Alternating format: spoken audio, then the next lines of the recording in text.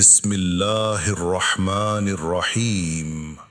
حضرت ابو خلدہ بیان کرتے ہیں، میں نے ابو العالیہ سے کہا، کیا انس رضی اللہ عنہ نے نبی صلی اللہ علیہ وسلم سے احادیث سنی ہیں؟ انہوں نے کہا، انہوں نے آپ صلی اللہ علیہ وسلم کی 10 سال خدمت کی ہے اور نبی صلی اللہ علیہ وسلم نے ان کے حق میں دعا فرمائی، جس کی وجہ سے ان کا باغ سال میں 2 مرتبہ پھل دیا کرتا تھا اور اس میں قستوری جیسی خوشبو آتی تھی۔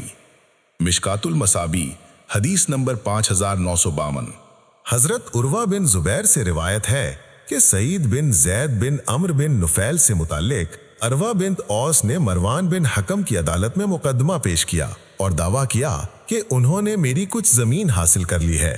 سعید رضی اللہ عنہ نے جواب دیا، کیا میں رسول اللہ صلی اللہ علیہ وآلہ وسلم سے حدیث سن لینے کے بعد بھی ان کی زمین کے کچھ حصے پر قبضہ کروں گا؟ مروان نے کہا، تم نے رسول اللہ صلی اللہ علیہ وآلہ وسلم سے کیا سنا ہے؟ انہوں نے کہا، میں نے رسول اللہ صلی اللہ علیہ وآلہ وسلم کو فرماتے ہوئے سنا، جس نے بالشت بھر زمین ناحق حاصل کی تو اسے 7 زمینوں کا طوق پہنایا جائے گا۔ تب مروان نے کہا، اس کے بعد میں آپ سے کوئی ثبوت نہیں مانگتا۔ سعید نے دعا فرمائی، اے اللہ، اگر وہ جھوٹی ہے تو اسے اندھی بنا دے اور اسے اس کی زمین میں موت دے۔ راوی بیان کرتے ہیں، جب وہ فوت ہوئی تو وہ اندھی ہو چکی تھی اور وہ اپنی زمین میں چل رہی تھی کہ ایک گڈھے میں گری اور فوت ہو گئی۔ اور صحیح مسلم میں محمد بن زید بن عبداللہ بن عمر سے اس کے ہم مانی روایت ہے کہ انہوں نے اسے بینائی سے محروم دیواروں کو ٹٹولتے ہوئے دیکھا اور وہ کہتی تھی کہ مجھے سعید کی بددعا لگ گئی، اور وہ گھر کے اس کنویں کے پاس سے گزری جس کے متعلق انہوں نے ان سے مقدمہ کیا تھا، وہ اس میں گری اور وہی اس کی قبر بنی۔ مشکات المصابیح حدیث نمبر 5953۔ حضرت براء رضی اللہ عنہ بیان کرتے ہیں، رسول اللہ صلی اللہ علیہ وسلم کے صحابہ کرام میں سے سب سے پہلے ہمارے پاس مصعب بن عمیر اور ابن ام مکتوم رضی اللہ عنہ تشریف لائے۔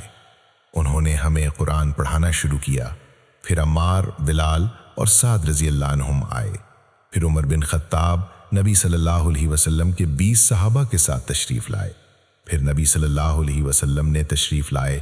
میں نے مدینہ والوں کو کسی چیز پر اتنا خوش نہیں دیکھا جتنا میں نے انہیں آپ صلی اللہ علیہ وسلم کی آمد پر خوش دیکھا، حتیٰ کہ میں نے چھوٹی چھوٹی بچیوں اور بچوں کو کہتے ہوئے سنا، رسول اللہ صلی اللہ علیہ وسلم تشریف لا چکے ہیں۔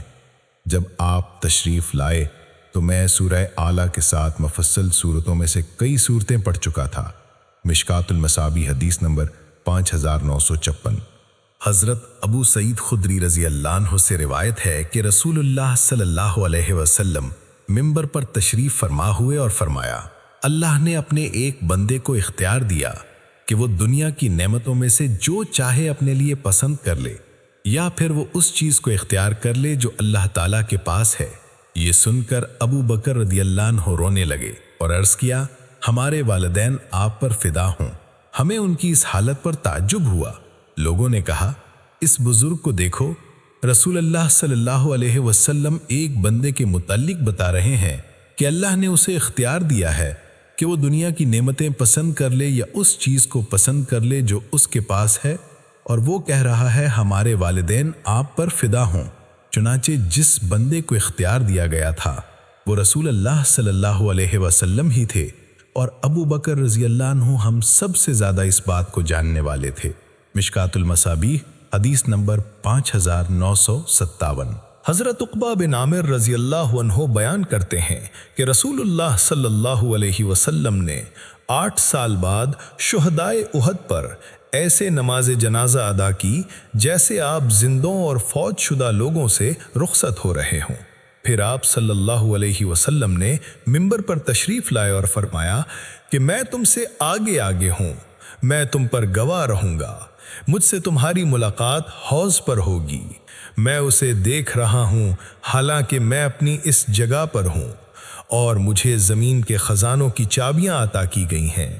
مجھے تمہارے متعلق یہ خدشہ نہیں کہ تم میرے بعد شرک کرو گے، لیکن مجھے تمہارے متعلق دنیا کا خدشہ ہے کہ تم اس کے متعلق باہم سبقت لے جانے کی کوشش کرو گے۔ اور بعض راویوں نے یہ اضافہ نقل کیا ہے، تم باہم لڑو گے اور تم بھی اسی طرح ہلاک ہو جاؤ گے جس طرح تم سے پہلے لوگ ہلاک ہوئے تھے۔ مشکات المصابیح حدیث نمبر 5958۔ حضرت عائشہ رضی اللہ عنہا بیان کرتی ہیں کہ اللہ کے انعامات میں سے یہ بھی مجھ پر انعام ہے کہ رسول اللہ صلی اللہ علیہ وسلم نے میرے گھر میں اور میری باری میں وفات پائی۔ اس وقت آپ میرے سینے سے ٹیک لگائے ہوئے تھے اور اللہ نے آپ کی وفات کے وقت میرے اور آپ صلی اللہ علیہ وسلم کے لعاب کو ایک ساتھ جمع کر دیا۔ وہ اس طرح کہ عبد الرحمن بن ابی بکر رضی اللہ عنہ میرے پاس آئے تو ان کے ہاتھ میں مسواک تھی اور رسول اللہ صلی اللہ علیہ وسلم مجھ سے ٹیک لگائے ہوئے تھے۔ میں نے دیکھا کہ آپ اسے دیکھ رہے ہیں، میں نے پہچان لیا کہ آپ مسواک پسند کرتے ہیں۔ میں نے عرض کیا میں اسے آپ کے لیے لے لوں؟ آپ نے اپنے سر سے اشارہ فرمایا کہ ہاں۔ میں نے اسے حاصل کیا لیکن آپ کے لیے اسے چبانا مشکل تھا۔ میں نے عرض کیا کیا میں اسے آپ کی خاطر نرم کر دوں؟ آپ نے اپنے سر مبارک سے اشارہ فرمایا کہ ہاں۔ میں نے اسے نرم کر دیا اور آپ کے سامنے چمڑے کا ایک برتن تھا جس میں پانی تھا۔ آپ اپنے ہاتھ پانی میں داخل فرماتے اور انہیں اپنے چہرے پر پھیرتے اور فرماتے اللہ کے سوا کوئی معبود برحق نہیں، موت کی سختیاں ہوتی ہیں۔ پھر آپ صلی اللہ علیہ وسلم نے اپنا دست مبارک اٹھایا اور فرمانے لگے اے اللہ اعلیٰ ساتھ نصیب فرما، حتیٰ کہ آپ کی روح قبض ہو گئی اور آپ کا دست مبارک جھک گیا۔ مشکات المصابیح حدیث نمبر 5959۔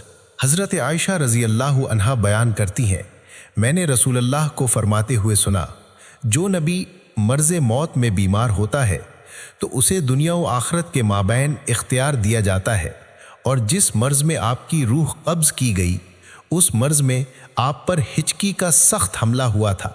میں نے آپ صلی اللہ علیہ وسلم کو فرماتے ہوئے سنا، ان لوگوں کے ساتھ جن پر تو نے انعام فرمایا، انبیاء علیہ السلام، صدیقین، شہداء اور صالحین کے ساتھ۔ میں نے جان لیا کہ آپ کو اختیار دیا گیا ہے۔ مشکات المصابیح حدیث نمبر 5960۔ حضرت انس رضی اللہ عنہ بیان کرتے ہیں جب نبی صلی اللہ علیہ وسلم کا مرض شدت اختیار کر گیا تو آپ پر کرب و تکلیف چھانے لگی، تو فاطمہ نے عرض کیا ابا جان کو کتنی تکلیف ہے؟ آپ صلی اللہ علیہ وسلم نے انہیں فرمایا آج کے بعد آپ کے ابا جان کو کوئی تکلیف نہیں ہوگی۔ جب آپ وفات پا گئے تو فاطمہ نے کہا ابا جان آپ نے اپنے رب کے بلاوے پر لبیک کہا۔ ابا جان آپ جن کا ٹھکانہ جنت الفردوس ہے۔ ابا جان ہم جبریل کو آپ کی موت کی خبر سناتے ہیں۔ جب آپ کو دفن کر دیا گیا تو فاطمہ نے فرمایا انس تمہارے دل رسول اللہ صلی اللہ علیہ وسلم پر مٹی ڈالنے کے لیے کیسے آمادہ ہو گئے؟ مشکات المصابیح حدیث نمبر 5961۔ حضرت انس رضی اللہ عنہ بیان کرتے ہیں جب رسول اللہ صلی اللہ علیہ وسلم مدینہ تشریف لائے تو حبشیوں نے آپ کی آمد کی خوشی پر اپنے نیزوں کا کھیل پیش کیا، اور دارمی کی روایت میں ہے فرمایا میں نے اس روز سے جس روز رسول اللہ صلی اللہ علیہ وسلم مدینہ تشریف لائے تھے زیادہ حسین اور زیادہ روشن کوئی دن نہیں دیکھا، اور میں نے اس دن سے جس دن رسول اللہ صلی اللہ علیہ وسلم نے وفات پائی زیادہ قبیح اور زیادہ تاریک کوئی اور دن نہیں دیکھا۔ اور ترمذی کی روایت میں ہے فرمایا جس روز رسول اللہ صلی اللہ علیہ وسلم مدینے میں داخل ہوئے تھے تو اس سے ہر چیز روشن ہو گئی تھی، چنانچہ جس دن آپ نے وفات پائی تھی اس سے ہر چیز تاریک ہو گئی تھی۔ ہم نے اپنے ہاتھ مٹی سے صاف نہیں کیے تھے اور ابھی ہم آپ کی تدفین میں مصروف تھے کہ ہم نے اپنے دلوں کو اجنبی پایا۔ مشکات المصابیح حدیث نمبر 5962۔ حضرت عائشہ رضی اللہ عنہا بیان کرتی ہیں جب رسول اللہ صلی اللہ علیہ وسلم کی روح قبض کی گئی تو آپ کی تدفین کے متعلق صحابہ میں اختلاف پیدا ہو گیا۔ ابو بکر رضی اللہ عنہ نے فرمایا میں نے رسول اللہ صلی اللہ علیہ وسلم سے اس بارے میں کچھ سنا ہے۔ آپ صلی اللہ علیہ وسلم نے فرمایا اللہ نبی کی روح اسی جگہ قبض فرماتا ہے جہاں وہ پسند فرماتا ہے کہ اس کی تدفین ہو، تم آپ کو آپ کے بستر کی جگہ پر دفن کرو۔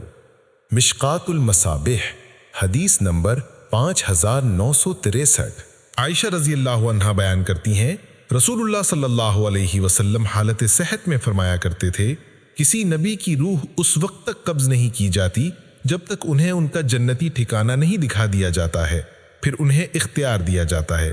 عائشہ رضی اللہ عنہا بیان کرتی ہیں، جب آپ پر موت طاری ہوئی اس وقت آپ کا سر مبارک میری ران پر تھا، آپ پر بے ہوشی طاری ہوئی، پھر آفاقہ ہوا تو آپ صلی اللہ علیہ وسلم نے اپنی نظر چھت کی طرف اٹھائی، پھر فرمایا، اے اللہ اعلیٰ ساتھ نصیب فرما۔ میں نے کہا، تب تو آپ ہمیں اختیار نہیں کریں گے۔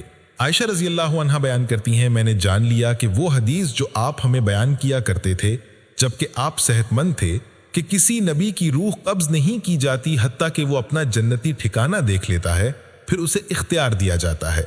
عائشہ نے فرمایا، نبی صلی اللہ علیہ وسلم نے جو آخری بات فرمائی وہ یہ تھی، اے اللہ اعلیٰ ساتھ نصیب فرما۔ مشکات المصابیح حدیث نمبر 5964۔